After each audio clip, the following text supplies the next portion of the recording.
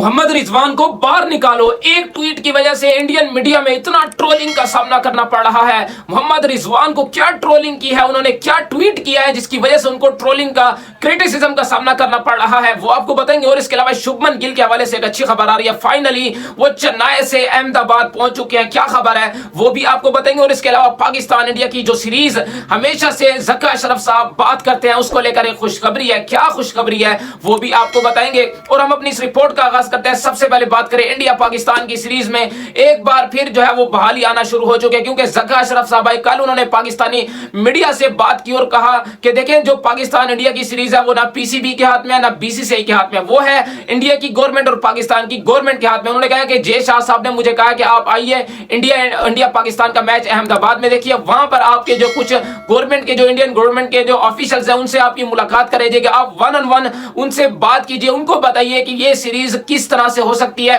क्योंकि ये ना बीसीसीआई के हाथ में, ये ना पीसीबी के हाथ में, ये है इंडियन गवर्नमेंट के हाथ में, पाकिस्तान की गवर्नमेंट के हाथ में। जिन्ना गांधी के नाम से जो एक तजवीज डरबन के अंदर जय शाह साहब को ज़का अशरफ साहब ने भिजवाई थी कि यार इस तरह की एक सीरीज होनी चाहिए और होनी भी चाहिए, ये ऐसी सीरीज से भी बड़ी सीरीज होगी। तो फाइनली ये खुशखबरी है कि अब जो ज़का अशरफ साहब हैं वो जा रहे हैं अहमदाबाद पाकिस्तान इंडिया का मैच देखने। उसके बाद उनकी कुछ गवर्नमेंट के ऑफिशियल से मुलाकात होगी, जहां पर वो पाकिस्तान इंडिया की मैच की जो सीरीज की तजवीज है उनके सामने भी रखेंगे। इसके अलावा मोहम्मद रिजवान को एक ट्वीट की वजह से इतना क्रिटिसिज्म का सामना करना पड़ रहा है। क्या उन्होंने ट्वीट किया तो मैं आपके सामने रखता हूं, आपने फैसला करना है कि वो क्या ट्वीट है। इंडियन मीडिया की जानिब से उनको क्यों इतना क्रिटिसिज्म का सामना करना पड़ा, आप अपनी स्क्रीन पर देखिए ट्वीट। असल में जो वो पूरा ट्वीट है, नीचे वाले ट्वीट को छोड़िए, जो ऊपर वाला एक लाइन उन्होंने लिखी जिसकी वजह से उनको कहा जा रहा है कि आईसीसी को चाहिए कि इस प्लेयर को बाहर कर दे पाकिस्तान की टीम से। यहां तक इंडियन मीडिया की जानिब से कहा जा रहा है this was for over brother and sister in Gaza,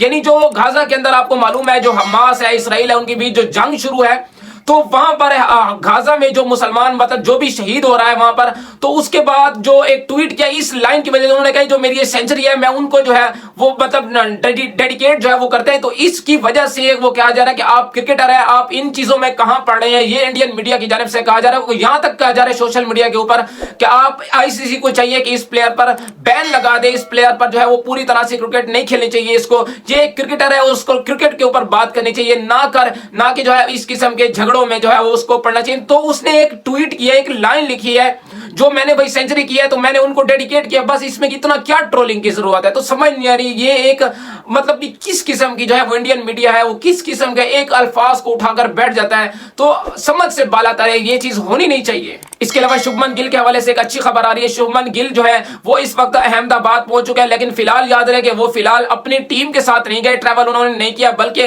वो अलग फ्लाइट के जरिए जो है वो अहमदाबाद पहुंचे, चेन्नई से अहमदाबाद पहुंचे, ना कि दिल्ली से पहुंचे, क्योंकि उनकी जो टीम है वो दिल्ली के अंदर अगेंस्ट अफगानिस्तान मैच खेलकर अहमदाबाद पहुंची है। और अब जो चेन्नई है, चेन्नई के अंदर क्योंकि वो हॉस्पिटल में मुंतकिल थे तो हॉस्पिटल से डिस्चार्ज होकर उन्होंने जो है वो अहमदाबाद में कदम रख लिया। लेकिन इंडिया पाकिस्तान के मैच से पहले बीसीसीआई सब है, जितने भी इंडियन क्रिकेट बोर्ड है, जो भी वहां की मैनेजमेंट है वो बैठकर फैसला करेगी कि क्या शुभमन गिल को पाकिस्तान इंडिया के मैच में उतारना चाहिए या नहीं उतारना चाहिए।